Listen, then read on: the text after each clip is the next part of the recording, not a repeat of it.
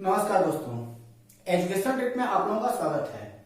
मैं नितेश कुमार आप लोगों का आपके अपने YouTube चैनल एजुकेशन ट्रिप में आप लोगों का स्वागत करता हूं। दोस्तों, जो बात हम लोग अभी कंटिन्यू कर रहे थे वह था आपका क्या, पाचन। और उस पाचन की प्रक्रिया में हमने बात कर लिया था मुख, और मुख में पाया जाता है लार, जिसमें आपका होता है कौन कौन सा, तो आपका जल और टाइलिन एंजाइम के संयोग से जो होता है वो लार बनता है। और लार में जब एमाइलेज एंजाइम का कंपोजिशन हो जाता है उसको हम लोग कहते हैं लारीय एमाइलेज, जिसको स्लाइवरी एमाइलेज के भी नाम से जाना जाता है। लार का पीएच मान जो होता है वो 6.6 से लेकर के 7.2 तक होता है। यानी कि लार ना तो अम्लीय होता है ना तो क्षारीय होता है, ये स्लाइटली एल्कलाइन होता है। इसके बाद हमने बात किया था कि जीव के अग्रभाग से जो होता है वह मीठा स्वाद, मध्य भाग से जो होता है वो नमकीन स्वाद, दोनों किनारे के भाग से खट्टा स्वाद और ऊपरी भाग से जो होता है वह कड़वे स्वाद का आभास आता है। इसके बाद जो आपकी टॉन्सिल होती है वह भोजन को घूंट के रूप में कन्वर्ट करता है तथा मुख के तापमान का नियंत्रण करता है। इसके बाद हमने बात किया था दंतसूत्र का, जिसमें मैंने बताया था कि जो मनुष्य के पास दंतसूत्र होते हैं या फिर जो दंत होते हैं उनका फार्मूला होता है ICPMM upon ICPMM into 2 is equal to 32, यानी कि incisor canine premolar molar upon incisor canine premolar और मोलर, जिसका फार्मूला एडल्ट के लिए था 2123 upon 2123 into 2 is equal to 32। और जब मिल्क टीथ की हम लोग बात कर रहे थे तो उसका फार्मूला था 2102 अपन 2102 इंटू 2 इज इक्वल टू 20।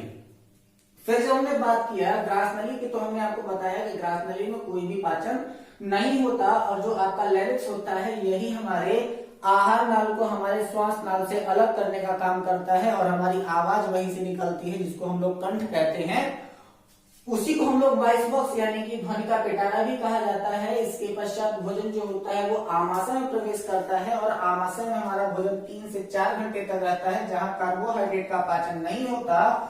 आमाशय की दीवारों से एक रस निकलता है जिसे जठर रस कहते हैं। इसका पीएच मान 2.2 होता है। इसमें रेनिन और पेप्सिन एंजाइम पाए जाते हैं। रेनिन एंजाइम दूध में पाए जाने वाले कैसिनोजन प्रोटीन को कैल्शियम पैराकैसिनेट में कन्वर्ट करता है, जिसे केसिन कहा जाता है। और जो पेप्सिन होता है वो प्रोटीन को पेप्टोन में कन्वर्ट करता है। इसके पश्चात जो पेप्सिन का डीएक्टिवेटेड फॉर्म होता है उसको पेप्सिनोजन कहा जाता है, जिससे HCl निकलता है, और वही जो आपका HCl है वह भोजन को अम्लीय बनाने का कार्य करता है।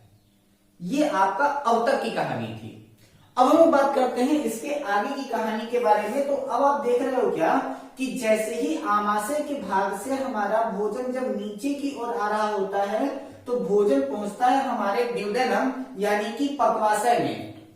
लेकिन पूरे के पूरे डाइजेस्टिव सिस्टम की व्याख्या करते समय हमने दो चीजों का नाम नहीं लिया, एक अग्नाशय यानी कि पेंक्रियाज और दूसरा लीवर यानी कि यकृत।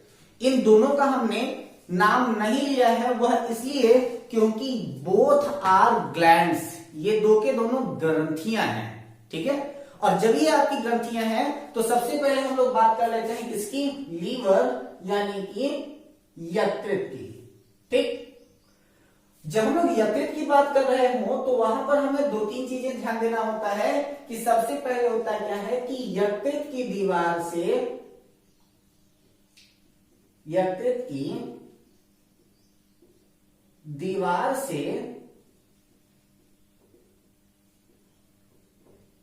पित्त रस निकलता है। पित्त रस यानी कि बाइल पिगमेंट निकलता है। ठीक है, इसको बाइल पिगमेंट कहते हैं या फिर बाइल जूस कहते हैं। ठीक है, तो क्या होता है कि यकृत की दीवार से जो होता है वह क्या होता है, पित्त रस निकलता है, और इसका पीएच मान जो होता है वो आपका 8.2 होता है, यानी कि ये हो जाता है आपका क्षारीय। ठीक है, यानी कि जो आपका पित्त रस है वह यकृत की दीवार से निकलता है जिसका पीएच मान 8.2 होता है, यानी कि यह कैसा होता है, क्षारीय माध्यम में होता है। अब जब ये आपका क्षारीय माध्यम में है तो हम लोग कहते क्या है कि जो आपका पित्त है, पित्त हल्का हरा पीला क्षारीय पदार्थ है। पित्त हल्का हरा पीला क्षारीय पदार्थ है जिसमें कोई पाचक एंजाइम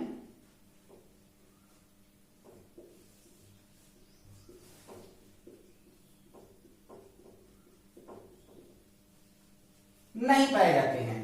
तो आपके बारे में पित्त के बारे में क्या कहा जा रहा है कि पित्त जो है वो एक हल्का हरा पीला जो है वो एक क्षारीय पदार्थ है जिसमें कोई भी पाचक एंजाइम यानी कि no any digestive enzymes are occurred in our bile pigment, यानी कि इसमें कोई भी पाचक एंजाइम नहीं पाए जाते। तो इसका कार्य क्या होता है कि पित्त रस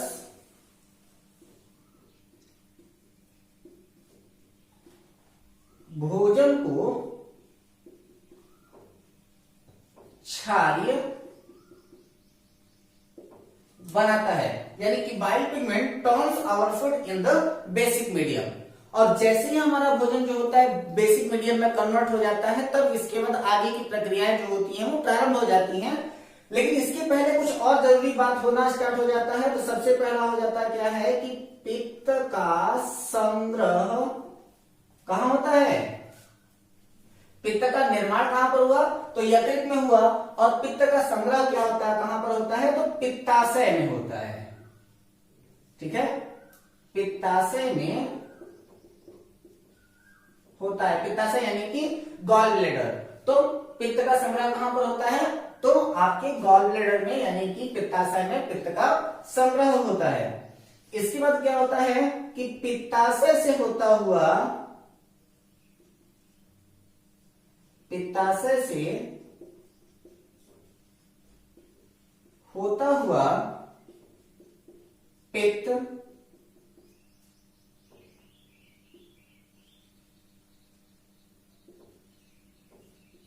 पक्वाशय में जाता है। पक्वाशय यानी कि यहां पर देख लीजिएगा ड्यूडेनम। तो पित्ताशय से होता हुआ पित्त कहां जाता है? पक्वाशय में जाता है, जहां भोजन क्षारीय बनता है। ठीक है, अब यहां पर पित्त से रिलेटेड कुछ इंपॉर्टेंट बात हो जाती है। तो सबसे पहला बात क्या हो जाता है कि ग्लूकोज का संग्रह कहां होता है? ग्लूकोज का संग्रह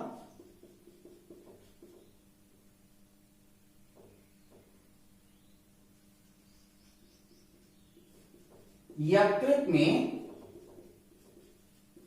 होता है। तो अगर आपसे पूछा जाए कि ग्लूकोज स्टोर कहां होता है तो ग्लूकोज का संग्रह कहां पर हो जाता है?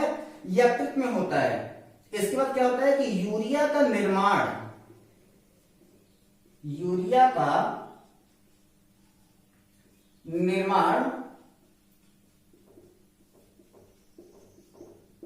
यकृत में होता है। और सबसे इंपॉर्टेंट बात कि ज्यादा शराब पीने से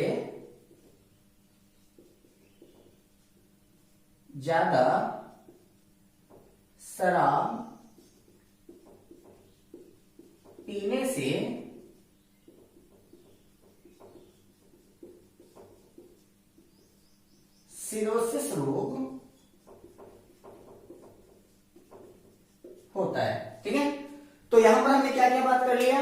तो यकृत की दीवारों से जो होता है पित्त रस निकलता है जिसका पीएच मान 8.2 होता है, यानी कि क्षारीय होता है। यानी कि पित्त जो है वो हल्का हरा पीला क्षारीय पदार्थ है जिसमें कोई पाचक एंजाइम नहीं पाए जाते। यह बात ध्यान रखिएगा कि no any digestive enzyme are occurred in our bile pigment.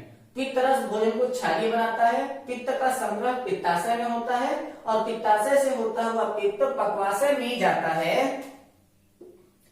जहां भोजन क्षारीय बनता है। ग्लूकोज का संग्रह यकृत में होता है और यूरिया का निर्माण जो होता है वो यकृत में होता है। और ज्यादा शराब पीने से सिरोसिस नाम का रोग हो जाता है।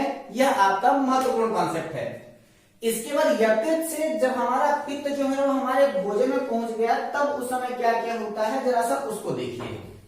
चलिए, तो अब यहां पर हम लोग जो बात कर रहे थे, अब वो क्या हो जाता है कि जो आपका पक्वाशय है, तो हमने आपके क्या बता दिया कि पित्ताशय से होता हुआ पित्त जो होता है वह पक्वाशय में यहां पर इंटर कर रहा है, और इसका जो आकार होता है वह अंग्रेजी के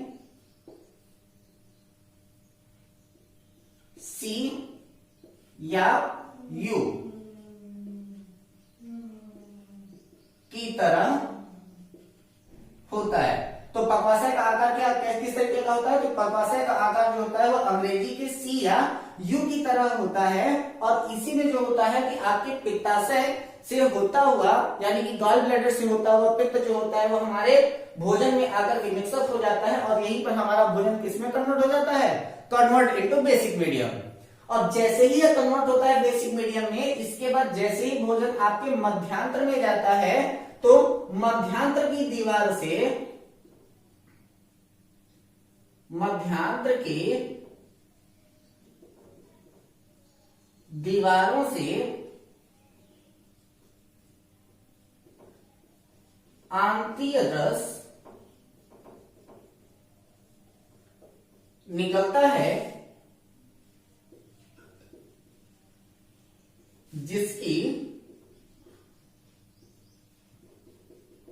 दैनिक मात्रा 2 लीटर पर डे है। ठीक है, तो अगर आपसे कहा जाए कि भोजन का पूर्ण पाचन कहां पर होता है, तो भोजन का पूर्ण पाचन छोटी आंत में होता है, और अगर कहा जाए कि भोजन का पूर्ण पाचन छोटी आंत के किस भाग में होता है, तो मध्यांतर वाले भाग में होता है। यही पर होता है आपके भोजन का पूर्ण पाचन। ठीक, तो जो आपकी मध्यांतर की दीवारों से जो आंतरिक रस निकलता है, इस आंतरिक रस में विभिन्न प्रकार के पाचक एंजाइम पाए जाते हैं, और वह पाचक एंजाइम भोजन को पूर्ण रूप से पचाने का काम करते हैं, जिसमें से सबसे पहला बात हो जाता है क्या?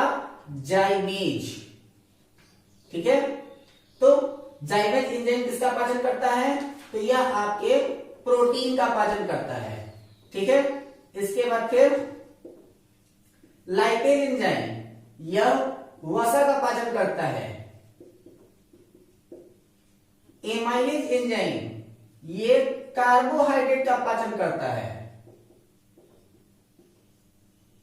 ठीक है, इसके बाद फिर ट्रिप्सिन एंजाइम, तो हमारे शरीर में खनिज और विटामिन का पाचन नहीं होता, ये क्या करता है? खनिज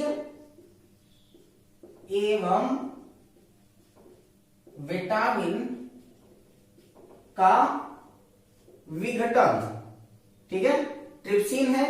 इसके बाद फिर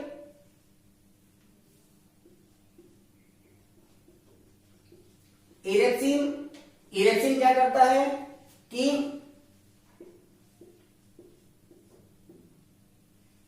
भोजन के अपघटन एवं शर्करा पाचन में सुरक्षा। और इसके बाद आता है आपका एमाइलोक्सिन। एमाइलोक्सिन क्या करता है कि हमारे पेट में जो भोजन है वह सड़ न जाए, इसलिए भोजन को सड़ने से बचाता है। भोजन को सड़ने से बचाता है। ठीक है, तो जाइमेज क्या करता है? प्रोटीन का, लाइपेज वसा का, एमाइलेज कार्बोहाइड्रेट का, ट्रिप्सिन खनिज एवं विटामिन का विघटन करता है। इरेक्सिन भोजन के अपघटन एवं शर्करा का पाचन में भोजन के अपघटन एवं शर्करा का पाचन। ठीक है, और एमाइलोक्सिन क्या करता है? भोजन को सड़ने से बचाता है। इस कंप्लीट प्रक्रिया के बाद जो हमारा भोजन होता है वो कंप्लीटली पच जाता है, और जब भोजन कंप्लीटली पच जाता है तब भोजन आता है हमारे शेषांत्र में, और शेषांत्र की दीवारों पर छोटे छोटे छिद्र पाए जाते हैं, जिसे हम लोग कहते हैं विलाई। और यह जो आपका विलाई क्या करता है? तो यह करता है पचित भोजन से ऊर्जा का अवशोषण। ठीक है, तो विलाई क्या करता है कि पचित भोजन से ऊर्जा का अवशोषण कर लेता है। इसके बाद जो आपका फूड का पार्टिकल है वह आता है आपके बड़ी आंत में, और यहाँ पर जो बड़ी आंत है, इस बड़ी आंत में यह क्या है, अवशेष है। ठीक है, यानी कि ये अवशेष क्यों है, तो जो आपका सीकम है, इस सीकम में सेलुलोज का पाचन होता है, और सेलुलोज का पाचन मानव शरीर में नहीं होता, इसीलिए जो आपका सीकम है वह अवशेष हो जाता है। ठीक है, तो इसी चीज को यहां पर लिख लेते हैं। तो सीकम में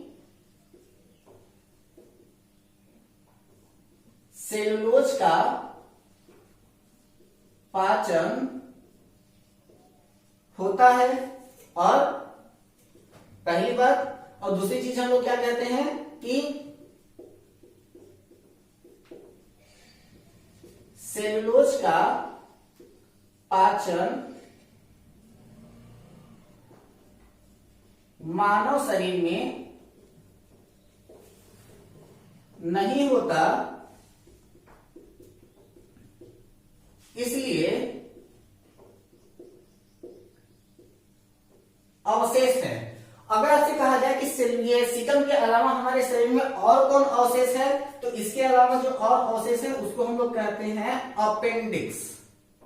ठीक है, तो अपेंडिक्स भी जो है वो हमारे शरीर में अवशेषी अंगों की संख्या में आता है।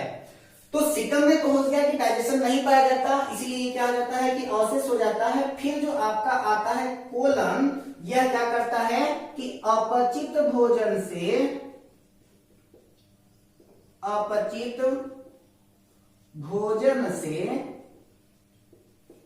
जल का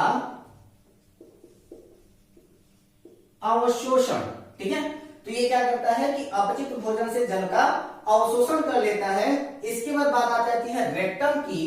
तो रेक्टम क्या करता है,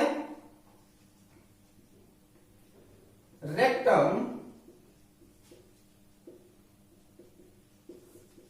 अपचित भोजन को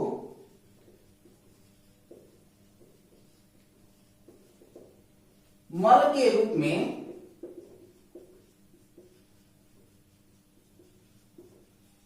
संग्रह करता है। ठीक है, तो रेक्टम क्या कर रहा है, रेक्टम करता क्या है कि अपचित भोजन को मल के रूप में संग्रह कर लेता है। ठीक, तो अब जब ये अपचित भोजन को मल के रूप में संग्रह कर लेता है, तो इसके बाद फिर जब हमारे पास, जब सुबह समय में हम उठते हैं या फिर शाम को जब भी हमको शौच का अनुभव होता है, तो हम लोग जाते हैं और इस मल का हम लोग त्याग करके चले आते हैं। ठीक, इंपॉर्टेंट बात यह हो जाती है कि भोजन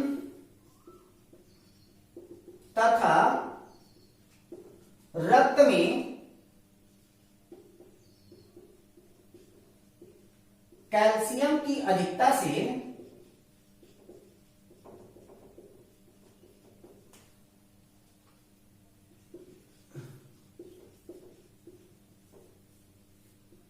किडनी के पत्थर का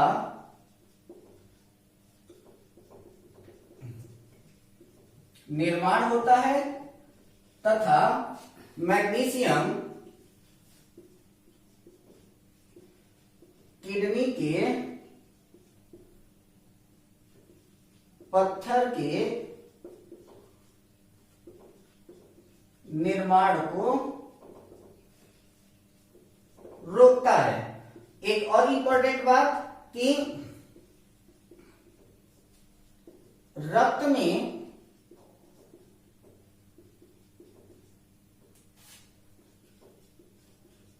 हीमोग्लोबिन की मृत्यु के पश्चात यूरोक्रोम का निर्माण होता है। यूरोक्रोम के ही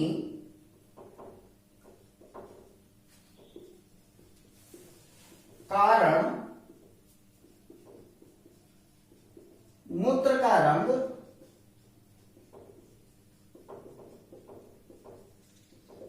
पीला होता है। तो अगर आपसे पूछा जाए कि हमारे जो मूत्र होते हैं उस मूत्र के रंग के पीले होने का क्या कारण है, तो हमारा मूत्र का रंग जो होता है वो पीला होता है। किसके कारण? आपके यूरोक्रोम के कारण। ठीक है, तो रक्त में हीमोग्लोबिन की मृत्यु के पश्चात यूरोक्रोम का निर्माण होता है और यूरोक्रोम के ही कारण मूत्र का रंग जो होता है वो आपके पीला हो जाता है। ठीक है, तो अब यहाँ पर इसके बाद होता क्या है कि अब थोड़ा सा और डिटेल में हम लोग जाते हैं, तो और हम लोग को क्या देखने को मिल जाएगा कि यहाँ तो आपका यूरोक्रोम के बारे में बात हो गया कि यूरोक्रोम की वजह से क्या होता है या फिर किस प्रकार से होता है। भोजन तथा रक्त में कैल्शियम की अधिकता से किडनी के पत्थर का निर्माण होता है और मैग्नीशियम जो होता है किडनी के पत्थर के निर्माण को रोक देता है। इतना कंप्लीट डाइजेशन देखने के बाद हम लोग को ये पता चलता है कि हमारे शरीर में पाचन जो होता है वो किस प्रकार से होता है। एक क्वेश्चन और पूछा गया था कि मनुष्य के मूत्र में कौन सा विटामिन पाया जाता है, तो मनुष्य के मूत्र में जो विटामिन पाया जाता है उसको हम लोग कहते हैं विटामिन सी, क्योंकि मनुष्य के मूत्र में जो अम्ल पाया जाता है उसको हम लोग कहते हैं यूरिक एसिड। यूरिया का निर्माण कहाँ होता है, तो यूरिया का निर्माण जो होता है वो यकृत में होता है, ये आपको हम पहले भी बता चुके हैं। ठीक है, उम्मीद करता हूं कि आप लोगों को यह वीडियो पसंद आया होगा। अगर आपको हमारा ये वीडियो पसंद आया हो तो अपनी राय हमारे कमेंट बॉक्स में जरूर दें। हमारे इस वीडियो को लाइक करें। यदि हमारे इस चैनल पर नए हैं तो हमारे चैनल को सब्सक्राइब करके बेल आइकन दबाना ना भूलें तथा हमारी इस वीडियो को अपने मित्रों और अन्य जितने भी प्रतियोगी परीक्षाओं की तैयारी करने वाले लोग आपके आसपास हैं उनको शेयर करना ना भूलें। अपने घर पे रहें, हंसते रहें, मुस्कुराते रहें, सुरक्षित रहें, स्वस्थ रहें और अपनी परीक्षाओं की तैयारी में लगे रहें। तब तक बने रहें हमारे वीडियो के साथ। धन्यवाद।